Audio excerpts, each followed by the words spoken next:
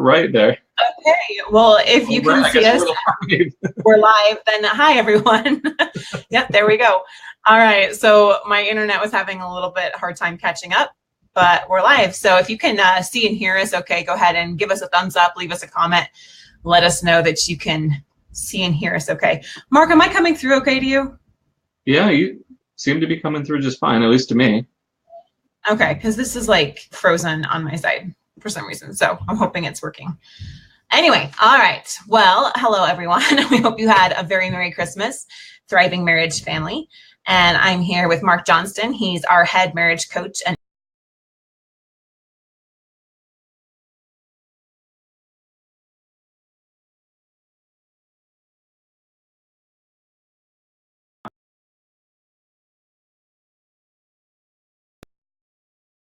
comes back, but and here she is. Well, it looks like we're having some technical difficulties today, and so appreciate your patience. Maybe it's this fake snow. Maybe I'll just turn that off. I'm not sure what's going on there. I think we got, yeah, all right. Anyway, yeah, so Mark, awesome. You know, that's just how it goes sometimes. I wish it was snowing like this in real life here in Colorado, but it's not.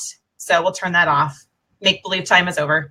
But yeah, we hope that you had a wonderful Christmas and are enjoying this holiday time with your families. And yeah, excited to be here with Mark Johnston, our head marriage coach. And I'm Heather Choate, our mindset coach here at High Thrive Coaching. So hi, John. Nice to see you. You finally made it in. Awesome. Good to see you.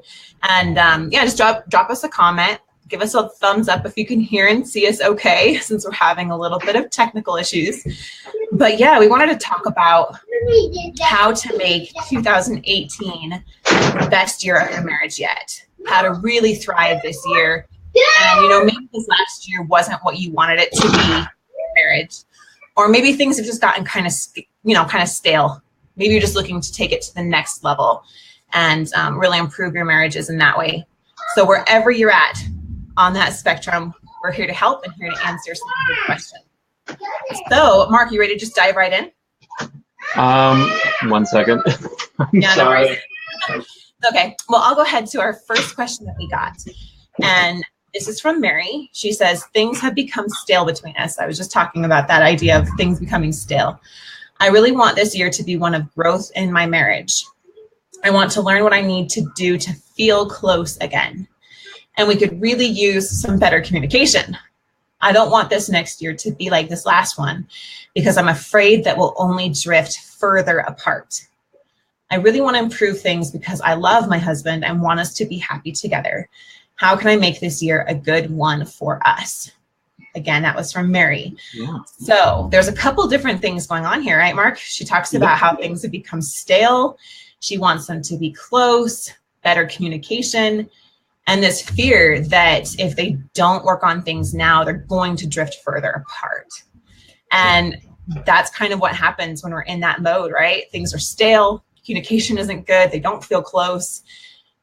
The tendency for that gap to widen is pretty likely unless they start to turn things around. So what are some things that they could do right now to start getting going in a better direction this year? Okay, well, first off, I want to recognize, okay, that, yeah, this is just a brief question. I'm sure there's a lot more going on here than what's under the surface. But the first thing that jumps out to me in this question is, you know, one thing that Mary needs to start with is really getting some clarity on what she wants. It's all really well and good to say, okay, we need some better communication, or I want things to be better, or, you know, I don't want us to drift apart. I want us to be happy together. And I'll be honest, those are really good goals, but they're really, really vague. For instance, like, so how do you get up in the morning and start working on being happy together? Is, you know, it's next to impossible. You can't just get up and say, okay, we're going to be happy. So no, if you actually are going to get something done, most people need some very specific things to do. There's just not really any way to take action on those goals. Now, like I said, it's very possible that Mary's giving this a lot more thought. I'm just going off of what she says here. So just some suggestions on how to get some more clarity. I usually have people take a few steps here. First, I like people to actually define where they're actually at the moment. So for Mary, with her wanting better communication and being happier together, define where she's at. What is their communication like right now? What are some of the problems that are getting in the way? What does her husband think are some of the issues? Where does he think things are with communication? Step 2 would be to actually define where she wants to be. Not just have better communication, but say, being specific is going to make it easier to get that better communication. So does that mean talking every evening together for 15 minutes? Does that mean being more clear when you have expectations and actually communicating those expectations? If you're looking to be happy together, does that mean more dates? Does that mean more time alone as a couple? Does that mean time away from the kids? Does that mean time together as a family?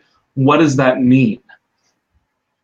Because once again, it's really hard to work on that being happy together.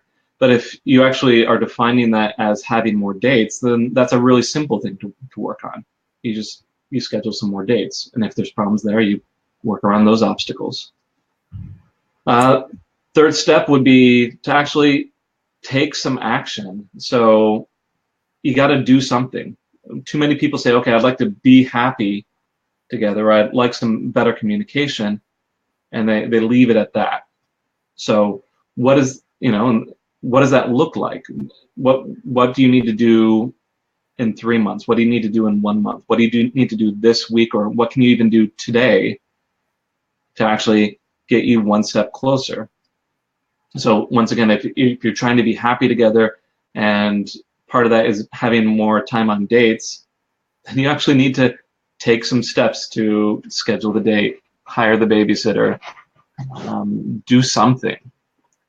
The big part, that's a lot of people get through those first 3 steps pretty easily. And where most people end up failing is actually maintaining that change. So it's really easy to start a goal off. It's really easy to get excited and say, okay, we're going to have better communication. We're going to be happy together. We're going to get this date. And then, a couple weeks down the road, something gets in the way. They don't have a date. They then don't communicate quite as well, and it just kind of falls apart. And so what you really need to do here is have some accountability. Have some way of keeping yourself accountable, keeping your husband accountable. And then even in addition to that, with that accountability, be able to identify the obstacles that are getting in the way. So if you didn't have a date, for instance, because the babysitter was busy, okay, what can you do in the future to get around that obstacle? Do you need a backup babysitter? Because if that is important to you, if the priority is to be happy together and one of the components is going out on dates, then you need to you need to adjust for obstacles. You need to adjust for problems, and take some time on occasion to actually check in where you're at. But like I said, it's very possible that Mary has a lot more things going on, that she's already thought this through. But just my gut reaction from this is yes, that it was too vague of desires, and she needs to go through this and really clarify things. And I think following those steps would be a really good way to get in the right direction to having a fresh start. Yeah, awesome, Mark. So for everyone watching, apply this to yourself. Think about, oftentimes we have a feeling like we want something better, we want something more, and we know that where we're at isn't where we want to be, but have we really clarified and gotten specific on what we want? One of the things I often see as a mindset coach, when you ask someone what they want, almost without fail, they'll tell you what they don't want. Well, I don't want this, I don't want that, I don't want this, I don't want that. And so in our article yesterday, one of the first things that we gave you as a good tool to help define what you want is to look at, first of all, what's going right in your marriage already. What is going right? Instead of focusing on everything that's going wrong, what is actually going right? So you can use that strength and that momentum to get you going forward in other areas that you would like to strengthen as well. And then second, like Mark said, get really clear on what you want. Write it out, flesh it out. Less than 5% of people actually write down their goals. But of those people that write them down, there's a high percentage of those that actually achieve them. So there's something about like committing what's in your head, in your heart, onto paper and clarifying it through language, which is how we express ourselves. That's going to really help crystallize it for you. So take an instance of something that you don't want, like I don't want this tension when I come home between me and my spouse. I want it to look like this. Okay, what does that look like? And start to visualize it, start to envision what it really looks like, what it really feels like for you. How you feel physically in your body, that your spouse come home and you give each other a hug and a kiss and you ask them how their day is and the response is warm, and you just start to envision that and create that idea of the goal that you want very specifically and flesh it out so that you know where you're wanting to go. Often talk about like that so many of us are just adrift in our lives. We're like a ship out on the ocean with no direction. We're just letting the wind and the waves take us here and take us there. And we often see that in relationships because there's another person that's affecting kind of how things are going and how we're feeling. And we don't have a specific destination in mind. And a ship without a destination, is useless out on the open seas. So you need to know exactly where you want to go. So I think that was really good, Mark. Getting very clear on first what you want to achieve this year, what it means to you, why is it important, and really allow it to settle into you on like that core visceral level, like that, not just a mental logical level, but like an emotional gut level of what that really means to you, why it's important, how it looks like, what it feels like. Get really tapped into the feeling of it. So cool. I see Matt's watching and Sharice and Kelly. Hi. How's everyone going? So if you guys have a quick question, go ahead and drop it here. Otherwise, we're going to go to the next one. Are you good with that, Mark? Yeah. So I'll go ahead and take this one. So this comes from, I'm not seeing a name on it, so we'll just go ahead with it. They're saying my husband tends to bring up past hurts and issues and gets caught up in it, in which he gives me the silent treatment for weeks. He comes home and completely ignores me. It's his way of punishing me or teaching me a lesson. He has hurts from his past that sometimes he blames me for them from a previous marriage.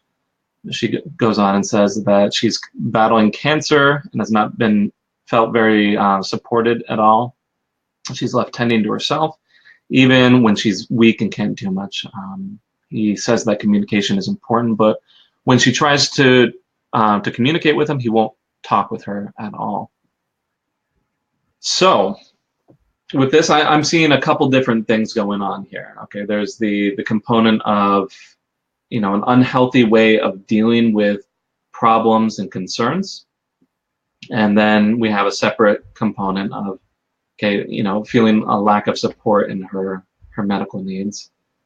And I know you, Heather, you went through some rough medical stuff, battling cancer yourself. I imagine how vulnerable someone has to feel being in that situation and not getting the support that they feel that they need in such a time when a lot of support is needed. So what gives me hope here in this situation, from what she's describing, is the fact that he's actually telling her that communication is important, which I think that's something that we can use here. So the discussion that needs to happen then, the communication that needs to happen is, okay, if you're upset with me, how can we resolve this without growing further apart? Because, very, very frankly, the silent treatment it's not healthy. So when I coach people on how to bring up problems or concerns, one of the main things that I teach people is to communicate it as if it's strictly your own problem, without any blame or finger pointing towards the other person. a gut reaction is to tell someone, okay, you're doing this wrong and you're doing that wrong, and okay, now fix it. And the problem with that is people tend to get a little bit more guarded when they feel that they're being attacked or they're being blamed for something. So a lot of the times, the first thing that comes out of their mind is some way of defending themselves, some way of rationalizing their behavior. So in this situation, I wouldn't be surprised at all if this person's husband says, well, if you didn't do this, then, you know, I could actually talk with you, or, you know, I'm just teaching you a lesson, you know. So that justification, that's that defense. Instead, the approach that needs to happen, like I said, is explain it as if it's your problem. So for instance, you know, if she were talking to her husband, she might say something along the lines of, you know what, sometimes when I make a mistake, I feel as though I'm ignored, and that's really difficult for me, and I'm concerned that we're not addressing some of the problems that are going on here. What can we do about it? So right there wasn't really any blame, like you're ignoring me. It's I feel ignored, and it's not you're doing this terrible thing. It's we're appealing in some way, like our problems aren't getting addressed. And then the invitation at the end, what can we do about this, is an invitation to be on the same side to solve the problem together. Because right off the bat, if you start off with the blame, it turns into this adversarial situation, this confrontation where you're on opposite teams, and you're not going to solve problems that are mutually beneficial to the both of you if you're on opposite teams. And so that invitation to work on it together is very important. Now, as far as the support with with your medical situation with cancer, it's a very similar situation here. Here we have a concern. The description of it sounds very blaming. He isn't supporting me at all. And while yes, that might be true, if we really want the best outcome, the best chance of actually being able to talk about that support, then we need to leave some of those negative descriptors out, that blame and the finger pointing. You know, husband, I'm feeling, you know, really weak right now, and I'm not sure where I can get that support from. Sometimes I feel alone. What can we do about this? I mean, I know you must be concerned, or you must be worried, or you must be overstressed. So what can we do to meet, you know, take care of both of those things? Once again, it's that description of you having your own problem and inviting him to solve it with you. You know, even appealing to him in some way, because I'm sure with you battling cancer, if there's any care there at all, any love there at all, I'm sure that there's a lot of worry, a lot of stress, a lot of anxiety over your own diagnosis that he himself is dealing with, and probably in an unhealthy way. So, yeah, let's leave the blame out and invite him to work with you. And I'm at least starting there. I'm sure that will at least get you going, if you know, even if it doesn't completely solve the problem. And if you need some more help, you know, reach out to us. Let us know what's going on. Are there any? That's Nicole Cork. Sorry, did you have anything else? No, I was going to pass it on to you. Yeah, no, that's really, really good. That is not a skill that I had in my early years of my marriage at all. It was always deflect, blame, put it on the other person. You were doing this, and this is wrong, and this is wrong. And really what it was that I'm feeling this. And so learning that skill of shifting, like you said, to it's my problem. How can we solve this together? That is really, really powerful. And again, that's one of those incredible communication tools that we can learn. We aren't usually taught them. I mean, do you guys see people talking like that to each other on TV, on drama? You know, no. Otherwise, we wouldn't have the problems. We wouldn't have the drama, and it wouldn't be fun to watch, I guess, if that's fun to you. Anyway, but yeah, it's not a skill that's regularly taught or demonstrated, and it's something that you can learn and need to learn to move forward with that goal this year in 2018. So thank you so much, Mark. That's really, really good. I hope you guys all paid attention to that. If you need to go back and listen to it a couple times to feel like you really got it sunk down into you and start to implement it, I would recommend that. So we got another question here from John. I can't show the whole thing, but I'm going to go ahead and read it. What if my wife, oh, come back here. I'm scrolling away from it. Okay. What if my wife has already given up on our marriage? Okay. Right here, this is where Mark and I really specialize in helping those who have spouses checked out. So wife's given up on our marriage and has been moving toward divorce for a long time. He says, I don't ever want to give up on her, nor on our marriage. She's too important to me, and our marriage is as well. It's tough, though, because our communication is toxic and has negatively affected our children in significant ways. I feel challenged and disrespected almost every time I talk with her. And I ask her to stop arguing with me in front of the children. Okay, so that's what we got there. Okay. So she's been pushing for divorce. Communication is toxic and feels disrespected when he talks with her. Yeah, that's a tough situation. I mean, that like Heather said, this is actually the majority of the people that we work with, because it is such a tough situation, and because it completely changes once one person is starting to want out. The whole situation, how you approach the relationship, the things that you do to repair it are very, very different than if you're at a somewhat stable spot, or at least both people are wanting to work on it. Completely different things that you would do. Mm-hmm. So when someone is actually wanting out, the biggest problem that there is the spouse leaning out. They start developing this narrative, these beliefs in their head, along the lines of, okay, my spouse is this, and this is why I need to get out. And so they start looking at each of your interactions through this lens of negativity. And what they're doing is, this is a big decision. This is a potentially hurtful, painful thing that they're going through.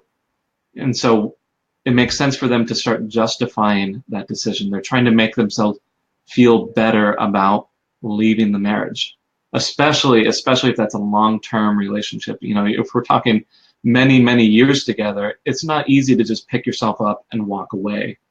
And so they start getting into these arguments, and they start looking at each of your interactions through this negative lens, and it's really something difficult to work with. And so what I tell people is the very first thing that needs to happen is you need to stop pressing into the relationship, as in stop saying, hey, let's work on us, let's work together, let's fix this relationship.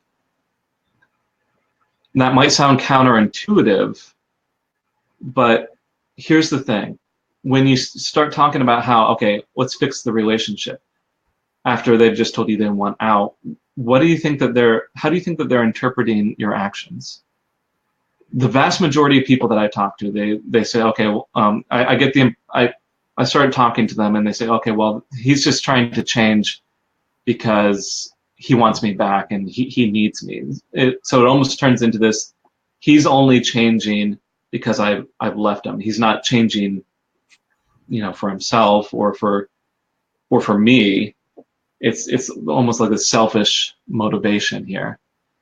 And so the more you press into the relationship, the more they're thinking, okay, what's in it for me? And they're just being selfish, and it's a disconnecting experience. The thing is, you need each and every one of your interactions as much as possible to be connecting rather than disconnecting. And so it might, normally it would make sense to say, okay, let's work on us, but no, not in this case. And that's what, like I said before, the game completely changes. From there, I would treat this much like a very, brand new relationship, one that you're just starting to get to know the other person, be friends with them. Work on actually creating some comfort between the two of you. Because it sounds like with the communication being so toxic, there's a lot of tension, there's a lot of discomfort being around each other. And so once again, that's disconnecting. Each interaction is reinforcing the decision to divorce, when what you're wanting is these interactions to actually be pleasant, for her to come away thinking, oh, okay, it was nice to be around John that time. And if you guys are getting into arguments and screaming at each other and having this toxic communication, It's just not going to happen. Now, I could get into, we could spend all day talking about, okay, what do you do here? It's just not possible in the scope of, this live stream, but that's what I would work on first, is drop the push into the relationship, work on being friends, work on things being comfortable between the two of you as a first step. Absolutely. That's actually the first pillar that we give our clients. That's the first specific thing. Because like Mark said, and I'm really glad that you brought this up here, because that's very different than our first question was like, how do we communicate better? How do we get closer? Because you have two people that are wanting to work on it. When they're not wanting to work on it, that's a completely different scenario. And honestly, the same things are not going to work in the same way. That's why you need very specific guidance on what to do and when to do it and how to do it, because it is a very tenuous kind of situation and you want to handle it properly, and you can do it. It's absolutely possible. We help people every single day. That's what we do with that. And we guide them through exactly the steps, the phases that goes through that. Yeah. Awesome, John. Glad that made sense. And Kelly, that answers your question as well with your wife that has moved out a couple weeks ago. And so you said that's what I see 100% of the time. She is always withdrawn. Yes. And so there's going to be some very specific things that you need to do to re-engage her, help her feel comfortable and safe in that relationship again, just like what Mark was talking about. We do have a free training. If you want, I can post the link there of 5 shifts to save your marriage, even if your spouse is checked out. That will take it a little bit deeper, more than we have time to go over right now. But if that's your situation, I'd really encourage you to check that out and to start to implement some of those things to rebuild that connection, make the relationship comfortable and safe again. So very cool. Mark, did you have any final thoughts? I just had one little exercise I wanted to do to kind of wrap up our goal setting thing here. By all means. Okay. I actually brought some visual aids. Okay. This is going to be a little bit cheesy, but it's okay. Just basically what I would encourage everyone to think about as we're going into the new year is this really great encouragement I got from my mentor listening to his podcast today. He said, don't let the little things crowd out the big things. And so as we're very busy this time of year, we're heading right into a new year. It is so easy to get so busy and to get so wrapped up in just getting through each day that we forget to make time and priority for the things that are the most important. So I'd really encourage you to try to take a step back, take some deep breaths, think about the things that are the most important to you and prioritize them. Put them into your schedule, put them on an alarm in your phone, right? Make sure that you're taking care of those things. So here's my little example. This is our day, this is our time, and you may have seen this before, but I think it's still really good to do. And this rice here is all the little things, like the laundry, driving the kids around, the job, and I'm spilling it on myself. There we go. All those little things that we have to take care of. And if we're not careful, it will fill up our day to the point where then the big important things like family or personal development, exercise, time to yourself, all those things, those are all my big things. They don't fit into your day. Okay. Now, if you've seen this example, you know where I'm going with this. My kids thought this was pretty fun. They wanted to help out, but not today. However, if we put those big things in first, like we were talking about, like making time for your marriage, making time to learn the skills that you need to have, taking time for yourself. That's a big one to me, especially in our busy age. Women, taking time for yourself with your kids, putting in all of those big important things first in your day. And then after that, have time for all those other little things that we have to do to get through the day.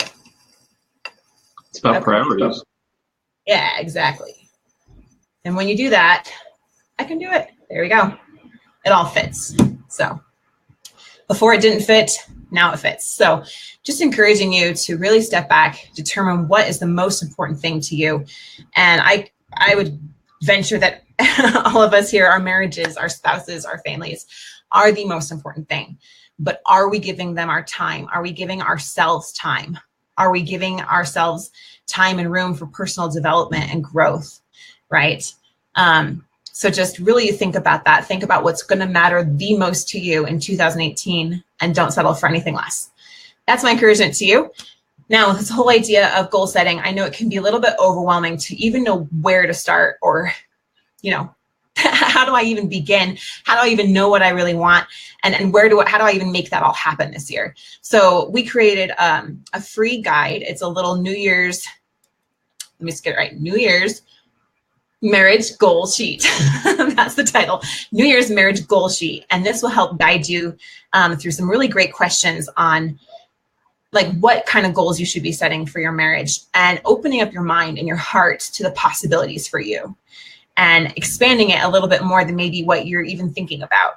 Are you even thinking about having fun this year in your marriage? That was one that's really important to me that I think kind of gets overlooked. We're always talking about communication and solving problems and all these big things, but even having a goal to have fun.